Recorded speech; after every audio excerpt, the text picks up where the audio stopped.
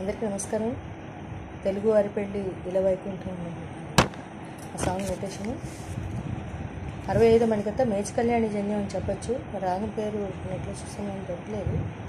అంటే మేచి కళ్యాణి స్వరస్థానాలే వస్తాయి. షడ్జమం, చతుశ్రుతృష్మం, అంతర్గాంధారం, ప్రతిమధ్యమం, పంచమం, చతుశ్రుతయుతం, నిషాదం ఉండదు. తరశేషం, సరిగమ పదస. ఎలా పాడాలో రేపు చెప్తాను. దదద రీరి రీరి వారి పెళ్ళి ఇలవైకుంఠము మళ్ళీ రిరిగ పమగరిరేగ ఆ రకం వస్తుంది.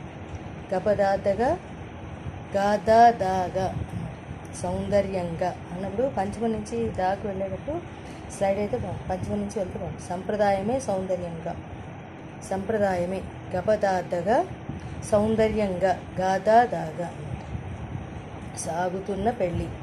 సారిగాక గారి ఇది రిస ససరిగాక గరిరి తెలుగువారి పెళ్ళి. ఈ రకంగా పళ్ళు వస్తుంది. నెక్స్ట్ చరణం.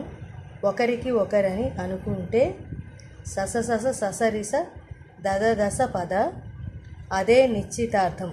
సస సాస రిస సద పద ఆ నిర్ణయానికి. సస సాస రిస తల వంచడమే. దదద దశ పద పెళ్ళి అంతరార్థం. దాస సాసరి సద శతమానం భవతి. దదదరి సరి సదద అంటుంది. పదదశ దపగ శ్రావణ మాసం. గదపద దాద.